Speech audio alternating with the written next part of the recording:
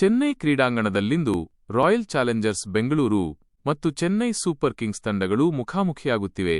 ಈ ಪಂದ್ಯ ಕೇವಲ ಎರಡೂ ಬಲಿಷ್ಠ ತಂಡಗಳ ನಡುವಿನ ಸ್ಪರ್ಧೆಯಾಗಿರದೆ ವಿರಾಟ್ ಕೊಹ್ಲಿ ಅವರ ವೈಯಕ್ತಿಕ ದಾಖಲೆಗಳಿಗೂ ಸಾಕ್ಷಿಯಾಗಲಿದೆ.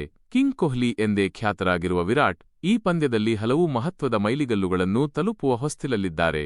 ಮೊದಲನೆಯದಾಗಿ ಟಿ20 ಕ್ರಿಕೆಟ್ನಲ್ಲಿ 13,000 ರನ್ಗಳ ಗಡಿದಾಟಲು ವಿರಾಟ್ ಕೇವಲ 55 ರನ್ಗಳ ದೂರದಲ್ಲಿದ್ದಾರೆ. ಒಂದು ವೇಳೆ ಅವರು ಈ ಸಾಧನೆ ಮಾಡಿದರೆ ಈ ಸಾಧನೆ ಮಾಡಿದ ಭಾರತದ ಮೊದಲ ಆಟಗಾರ ಮತ್ತು ವಿಶ್ವದ 5ನೇ ಆಟಗಾರ ಎಂಬ ಹೆಗ್ಗಳಿಕೆಗೆ ಪಾತ್ರರಾಗಲಿದ್ದಾರೆ.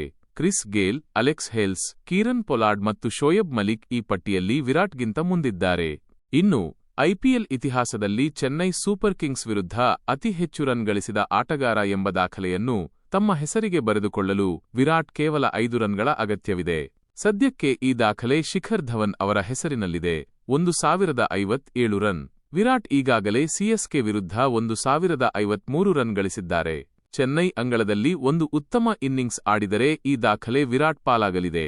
ಓಪನರ್ ಆಗಿ ಟಿ20 ಕ್ರಿಕೆಟ್ನಲ್ಲಿ 5,000 ರನ್ ಗಳಿಸಿದ ಆಟಗಾರರ ಪಟ್ಟಿಯಲ್ಲಿ ಸೇರಲು ವಿರಾಟ್ 38 ರನ್ಗಳ ಕೊರತೆಯಲ್ಲಿದ್ದಾರೆ. ಈ ಸಾಧನೆ ಮಾಡಿದರೆ Chris Gayle, Alex Hales, David Warner, Aaron Finch ಮತ್ತು ಕ್ವಿಂಟನ್ ಡಿ ಕಾಕ್ ಅವರಂತಹ ದಿಗ್ಗಜ ಆಟಗಾರರ ಸಾಲಿಗೆ ಅವರು ಸೇರಿಕೊಳ್ಳಲಿದ್ದಾರೆ. ಏಷ್ಯಾದಲ್ಲಿ ಆಡಿದ ಟಿ20 ಪಂದ್ಯಗಳಲ್ಲಿ 1,000 ಬೌಂಡರಿಗಳನ್ನು ಸಿಡಿಸಿದ ಆಟಗಾರ ಎಂಬ ವಿಶೇಷ ದಾಖಲೆ ನಿರ್ಮಿಸಲು ವಿರಾಟ್ 9 ಬೌಂಡರಿಗಳ ಅಗತ್ಯವಿದೆ. ಕಳೆದ ಪಂದ್ಯದಲ್ಲಿ 4 ಬೌಂಡರಿಗಳನ್ನು ಗಳಿಸಿದ ಅವರು ಈ ಪಂದ್ಯದಲ್ಲಿ ಇನ್ನಷ್ಟು ಬೌಂಡರಿಗಳನ್ನು ಗಳಿಸಿ ಈ ಮೈಲಿಗಲ್ಲನ್ನು ತಲುಪುವ ವಿಶ್ವಾಸದಲ್ಲಿದ್ದಾರೆ. ಹಾಗೆಯೇ ಏಷ್ಯಾದಲ್ಲಿ ಟಿ20 ಕ್ರಿಕೆಟ್ನಲ್ಲಿ 150 ಕ್ಯಾಚ್ಗಳನ್ನು ಪಡೆದ ಆಟಗಾರರ ಪಟ್ಟಿಯಲ್ಲಿ ಸ್ಥಾನ ಪಡೆಯಲು ವಿರಾಟ್ಗೆ 4 ಕ್ಯಾಚ್ಗಳು ಬೇಕಾಗಿವೆ. ಇದು ಒಂದು ಪಂದ್ಯದಲ್ಲಿ ಸಾಧಿಸುವುದು ಕಷ್ಟವಾದರೂ ಮುಂದಿನ ಪಂದ್ಯಗಳಲ್ಲಿ ಈ ಸಾಧನೆಯನ್ನು ಮಾಡುವ ಅವಕಾಶ ಅವರಿಗಿದೆ.